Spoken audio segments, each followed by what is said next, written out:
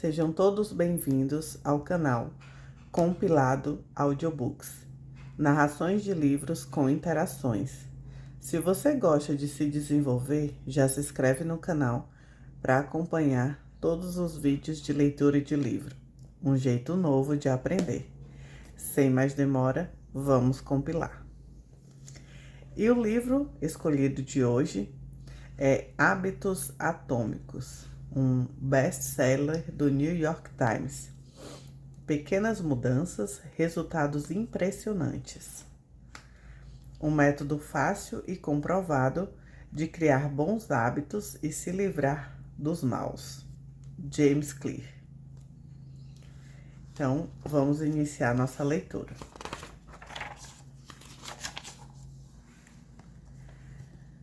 Hábito. Uma rotina ou prática executada regularmente. Uma resposta automática para uma situação específica. Atômico.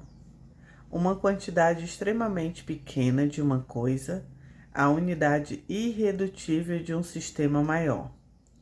A fonte de uma imensa energia ou poder.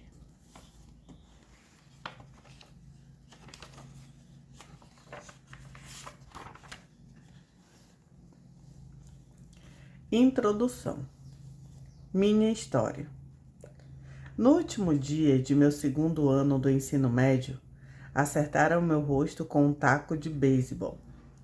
Quando meu colega fez um movimento para pegar impulso para a tacada, o bastão escorregou de suas mãos e veio voando na minha direção, até me atingir diretamente entre os olhos. Não tenho lembrança do momento do impacto.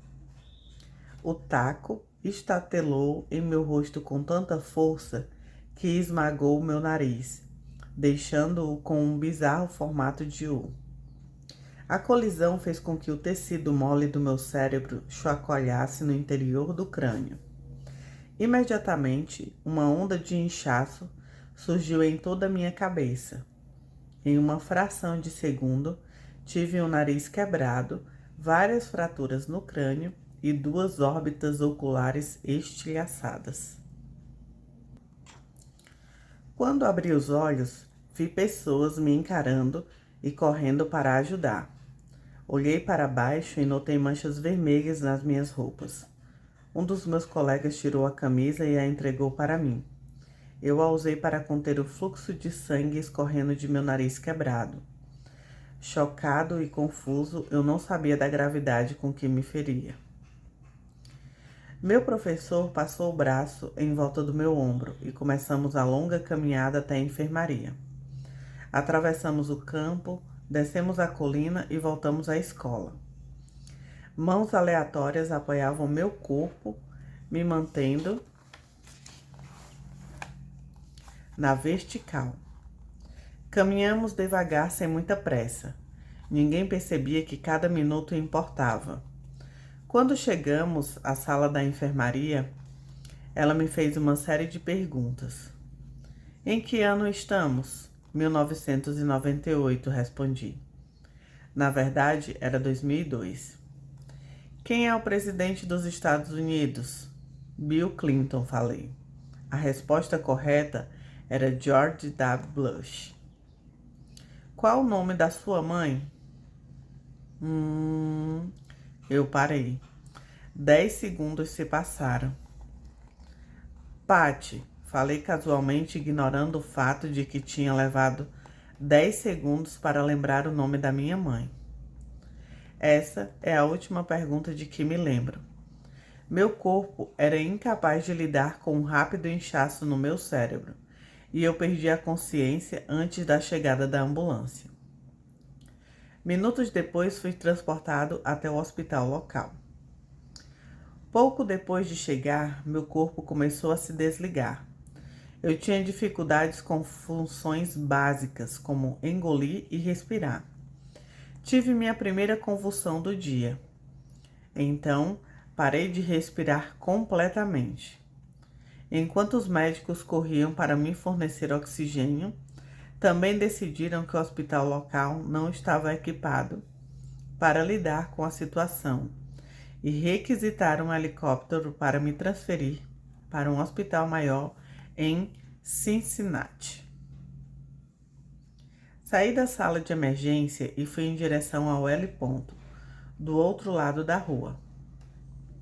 A maca sacudia pela calçada esburacada, enquanto uma enfermeira me empurrava e a outra bombeava manualmente oxigênio. Minha mãe, que havia chegado ao hospital alguns momentos antes, subiu no helicóptero ao meu lado. Eu permaneci inconsciente e incapaz de respirar sozinho, enquanto ela segurava minha mão durante o voo.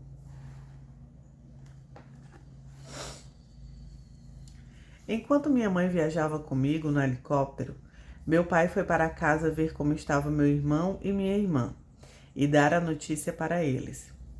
Ele sufocou as lágrimas ao explicar para minha irmã que não poderia ir à sua formatura do ensino fundamental naquela noite. Depois de deixar meus irmãos aos cuidados de familiares e amigos, ele foi para Cincinnati encontrar minha mãe. Quando minha mãe e eu pousamos no hospital, uma equipe de quase 20 médicos e enfermeiros correu para o L-ponto e me levou para a unidade de trauma. A essa altura, o inchaço no meu cérebro havia se tornado tão grave que eu estava tendo repetidas convulsões pós-traumáticas. Meus ossos quebrados precisavam ser consertados, mas eu não estava em condições de ser submetido à cirurgia. Depois de outra convulsão, a terceira do dia, foi colocado em coma induzido e em um ventilador. Meus pais já conheciam aquele hospital. 10 anos antes, eles haviam entrado no mesmo prédio, no térreo, depois que a minha irmã fora diagnosticada com leucemia, aos 3 anos de idade. Eu tinha 5 anos na época. Meu irmão tinha apenas 6 meses. Após 2 anos e meio de quimioterapia, punções na coluna vertebral e biópsias da medula óssea, minha irmãzinha finalmente saiu do hospital feliz, saudável e sem câncer. E agora, depois de 10 anos de vida normal, meus pais se encontravam no mesmo lugar com outro filho. Enquanto eu estava em coma, o hospital enviou um padre e um assistente social para consolar meus pais. Foi o mesmo padre que conversara com eles uma década antes, na noite em que descobriram que a minha irmã tinha câncer. Conforme o dia se desvencia na noite, uma série de máquinas me manteve vivo. Meus pais dormiram irrequietos em um colchão hospitalar. Em um momento, eles desabaram de cansaço e logo depois estavam completamente despertos e preocupados. Minha mãe me disse mais tarde: foi uma das piores noites da minha vida. Minha recuperação. Por um golpe de misericórdia, na manhã seguinte, minha respiração melhorou a ponto de os médicos se sentirem confortáveis em me tirar do coma. Quando finalmente recuperei a consciência, descobri que havia perdido meu olfato. Como teste, uma enfermeira me pediu para assoar o nariz e cheirar uma caixa de suco de maçã.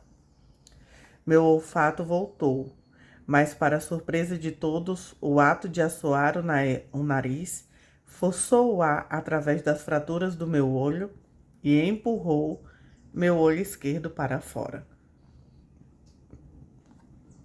Meu globo ocular saltou da órbita, mantido precariamente no lugar pela minha pálpebra e pelo meu nervo óptico que conectava ao meu cérebro. O oftalmologista disse que meu olho gradualmente voltaria ao lugar, à medida que o ar saísse, mas era difícil dizer quanto tempo isso levaria. A cirurgia foi agendada para uma semana depois, o que me permitiria mais tempo para a recuperação. Parecia que eu havia saído do lado perdedor de uma luta de boxe, mas fui libertado para deixar o hospital. Voltei para casa com o nariz quebrado, meia dúzia de fraturas faciais e um olho esquerdo inchado. Os meses seguintes foram difíceis, parecia que tudo na minha vida estava em pausa. Tive diplopia por semanas. Literalmente não conseguia ver direito. Demorou mais de um mês, mas meu globo ocular acabou retornando ao devido lugar. Entre as convulsões e meus problemas de visão, foram 8 meses antes que pudesse dirigir um carro novamente. Na fisioterapia, praticava os padrões motores básicos, como andar em linha reta. Estava determinado a não deixar a lesão me derrubar. Mas houve mais do que alguns momentos em que eu me senti deprimido e subjugado. Fiquei dolorosamente ciente do longo caminho que ainda tinha pela frente, quando voltei para o campo de beisebol um ano depois. O beisebol sempre foi uma parte importante da minha vida. Meu pai havia jogado na liga secundária pelo St. Louis Cardinals e eu também sonhava em jogar profissionalmente. Após meses de reabilitação, o que mais queria era voltar para o campo.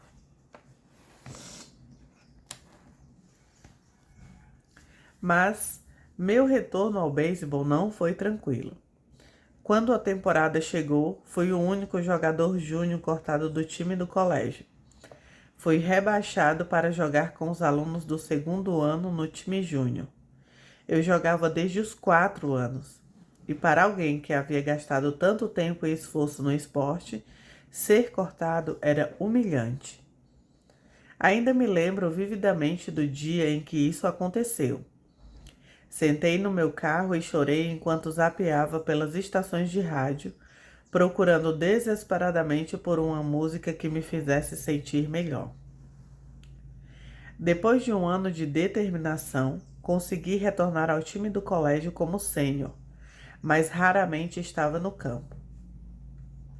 No total, joguei 11 ciclos de beisebol na liga colegial principal no ensino médio, pouco mais do que uma única partida.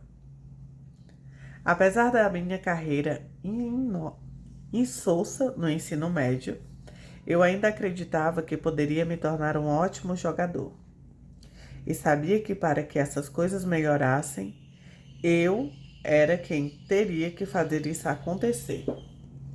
A reviravolta veio 2 anos depois da lesão, quando comecei a cursar o ensino superior na Denison University. Era um recomeço, e seria lá que eu descobriria o surpreendente poder dos pequenos hábitos. Como aprendi sobre hábitos?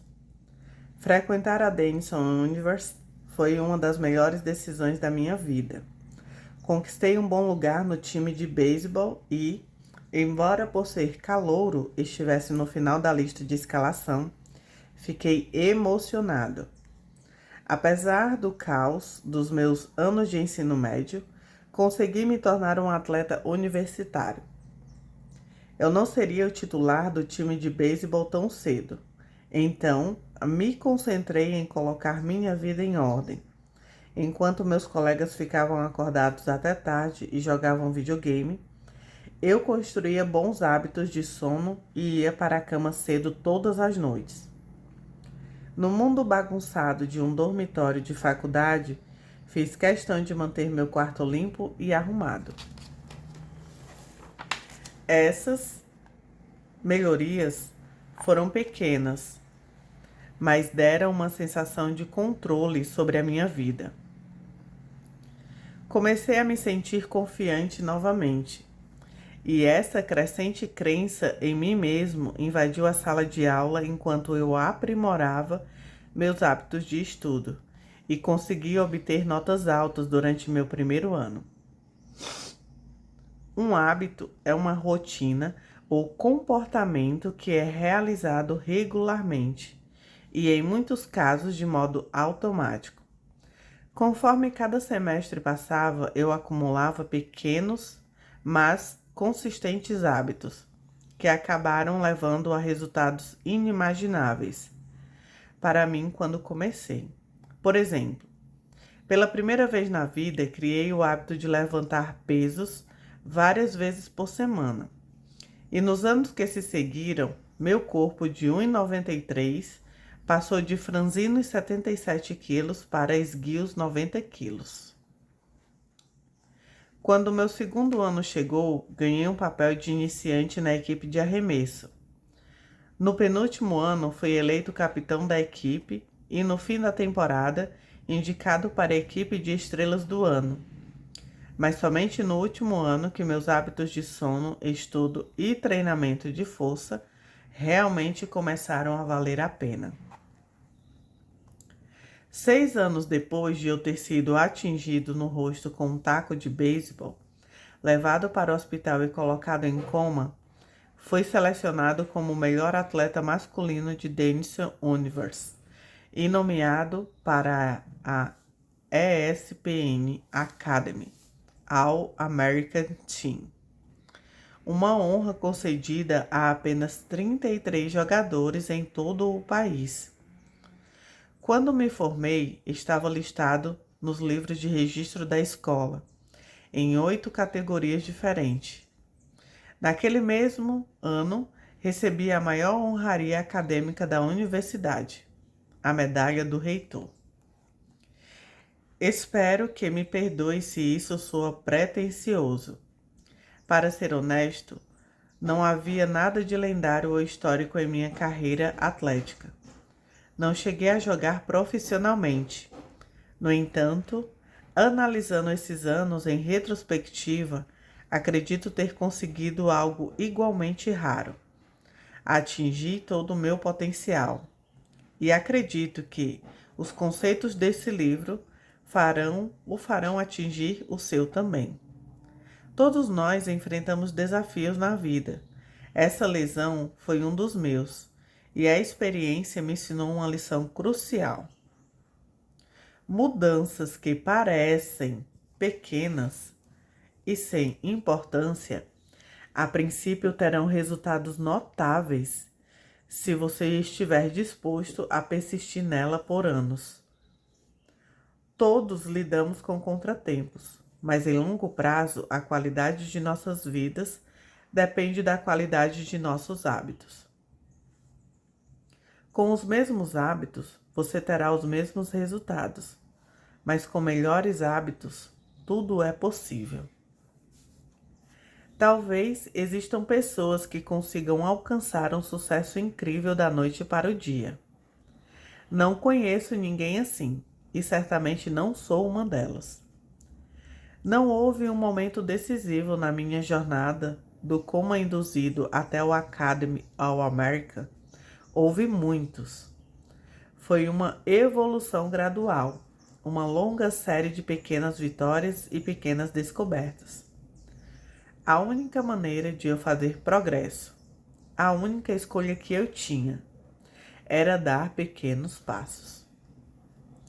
Empreguei essa mesma estratégia alguns anos depois, quando comecei meu próprio negócio e comecei a trabalhar neste livro. Como e por que escrevi este livro? Em novembro de 2012, comecei a publicar artigos no site jamesclair.com. Durante anos, mantive notas sobre meus experimentos pessoais com hábitos e finalmente estava pronto para compartilhar alguns deles publicamente. Comecei publicando um novo artigo toda segunda e quinta-feira. Em poucos meses, esse simples hábito de escrever levou aos meus primeiros 1.000 assinantes de e-mail, e no final de 2013, esse número havia crescido para mais de 30.000 pessoas.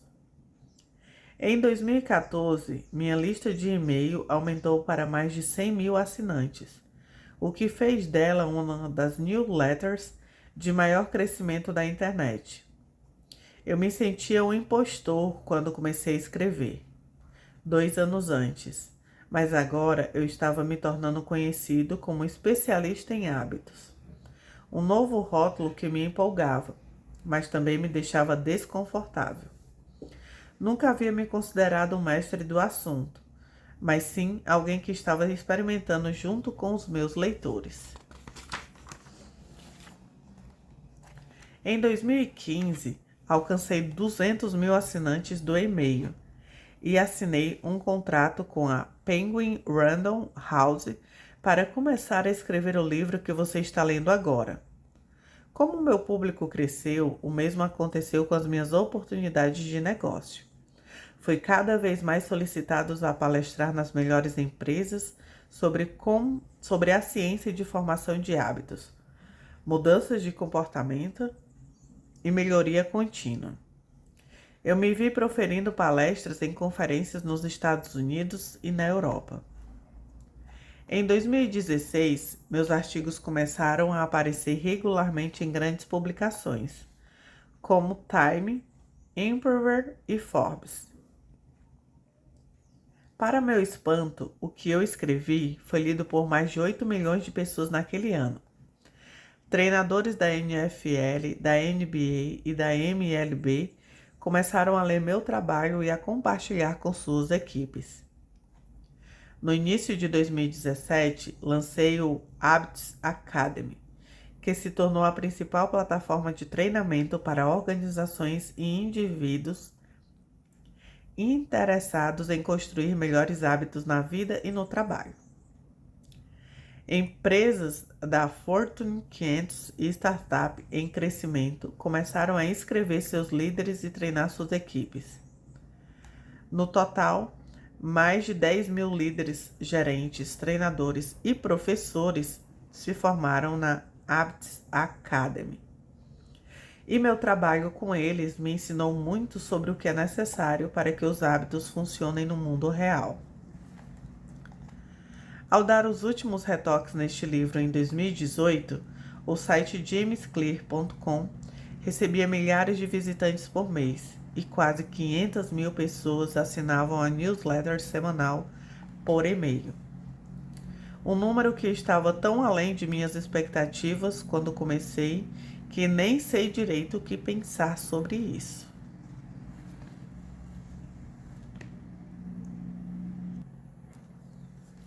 Como este livro o beneficiará? Segundo o empresário e investidor Naval Ravikant, para escrever um grande livro, você deve primeiro se tornar o livro. Meu conhecimento sobre as ideias mencionadas aqui nasceu da minha necessidade de vivenciá-las. Tive que contar com pequenos hábitos para me recuperar da lesão, ficar mais forte no ginásio, ter um alto nível de rendimento em campo, ser escritor, construir um negócio de sucesso e simplesmente me tornar um adulto responsável. Pequenos hábitos me ajudaram a alcançar meu potencial e, considerando que decidiu ler este livro, acho que você também gostaria de alcançar o seu. Nas páginas seguintes, compartilho um plano passo a passo para construir hábitos melhores.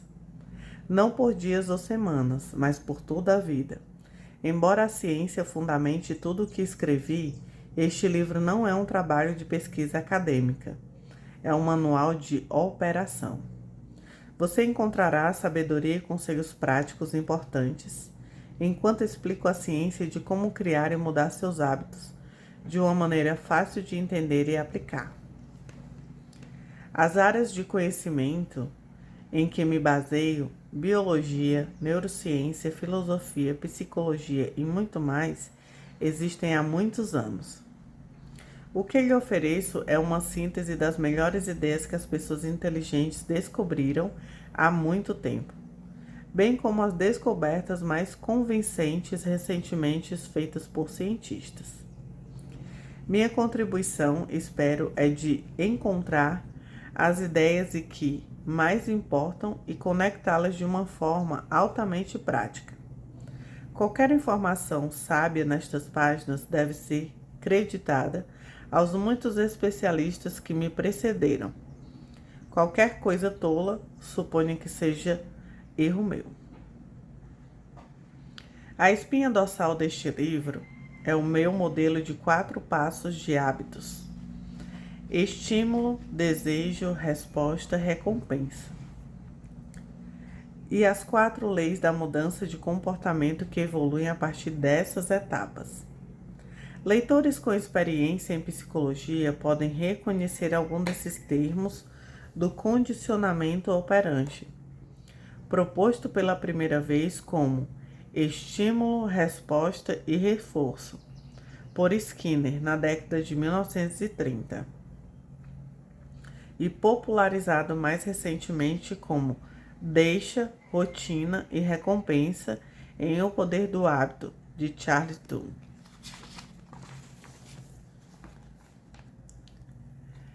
Cientistas comportamentais como Skinner perceberam que, se você oferecesse a recompensa ou punição correta, poderia levar as pessoas a agir de uma determinada maneira.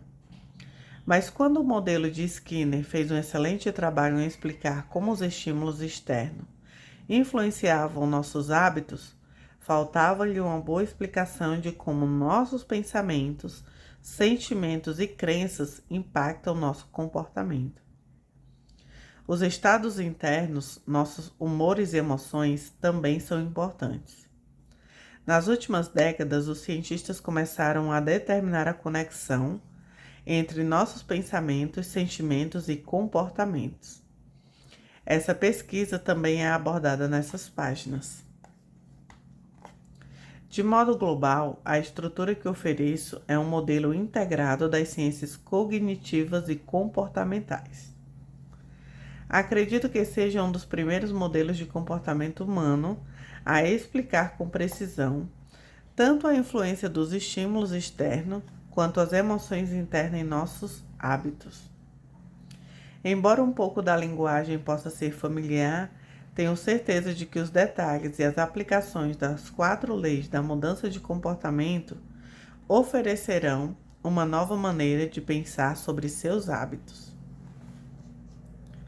O comportamento humano está sempre mudando, situação a situação, momento a momento, segundo a segundo.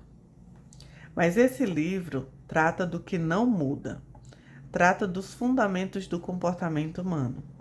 Os princípios perenes em que você pode confiar ano após ano. As ideias em que pode alicerçar a construção de um negócio, de uma família ou da vida. Não existe um caminho certo para criar hábitos melhores, mas este livro descreve a melhor maneira que conheço. Uma abordagem que será eficaz independentemente de onde você começar ou do que você estiver tentando mudar. As estratégias que abordo serão relevantes para qualquer um que esteja procurando por um sistema passo a passo para melhorias. Sejam suas metas centradas em saúde, dinheiro, produtividade, relacionamento ou todas as opções acima. No que tange ao comportamento humano, este livro será o seu guia.